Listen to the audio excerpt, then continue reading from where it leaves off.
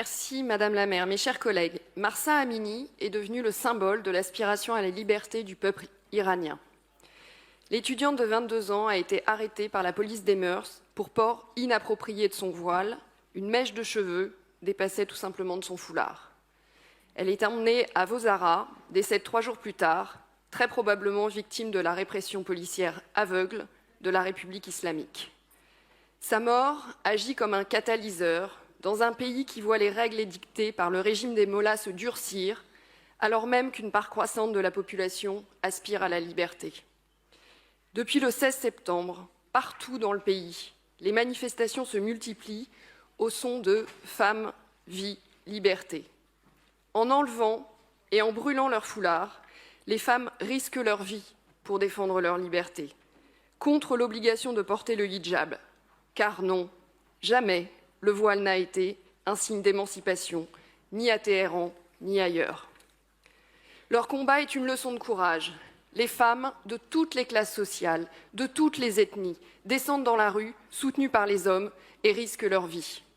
À l'égalité des droits et à la lutte contre le fondamentalisme religieux se sont ajoutées d'autres revendications contre le régime des mollahs, avec la dénonciation de la corruption endémique et la pauvreté croissante.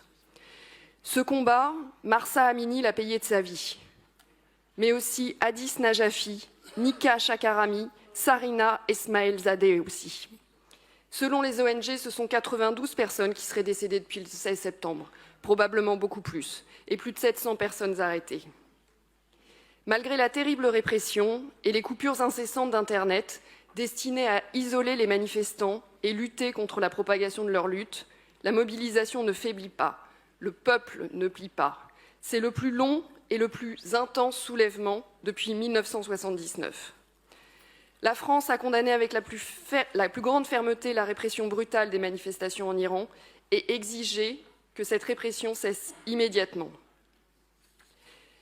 Elle doit également agir au niveau européen pour que des sanctions liées aux violations des droits de l'homme en Iran cessent. Et nous n'oublions pas également que plus d'une dizaine d'otages étrangers, et notamment français, sont emprisonnés en Iran. Je veux citer Benjamin Brière, Fariba Abdelka, Cécile Collère et Jacques Paris. Les Iraniens nous donnent une leçon de courage, ils nous obligent. Nous sommes et devons rester aux côtés de celles et ceux qui se battent pour leurs droits, en Iran, en Afghanistan et ailleurs. La France comme Paris. Alors, Madame la maire, merci pour cette initiative. Et naturellement, le groupe MoDem s'associera aux vœux de l'exécutif pour faire de Mahsa Amini et, à travers elle, tous les combattants de la liberté iraniens des citoyens d'honneur de la ville de Paris. Je vous remercie.